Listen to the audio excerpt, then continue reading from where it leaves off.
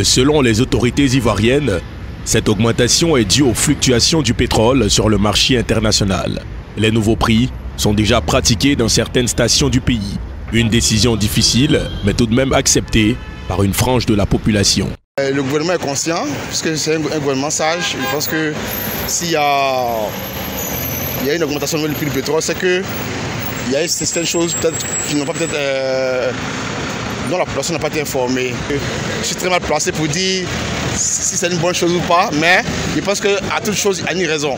La vie est chère, puis bon, tout est cher, on ne peut pas s'en sortir. Bon, à l'augmentation du carburant, nous, on est transporteurs.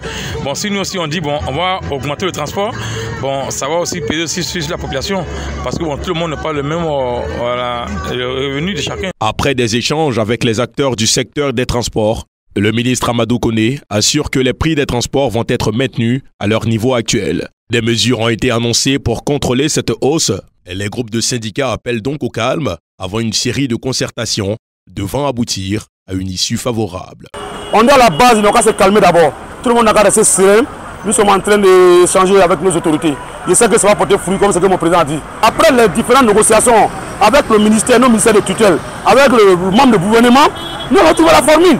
Si la formule n'a pas été trouvée, nous allons passer par une autre manière. Pour supporter ces réajustements, il a été décidé de l'application stricte du décret relatif aux contraventions, aux amendes qui en découlent et à la suspension de la perception de l'amende de 22 500 francs CFA pour les stationnements gênants.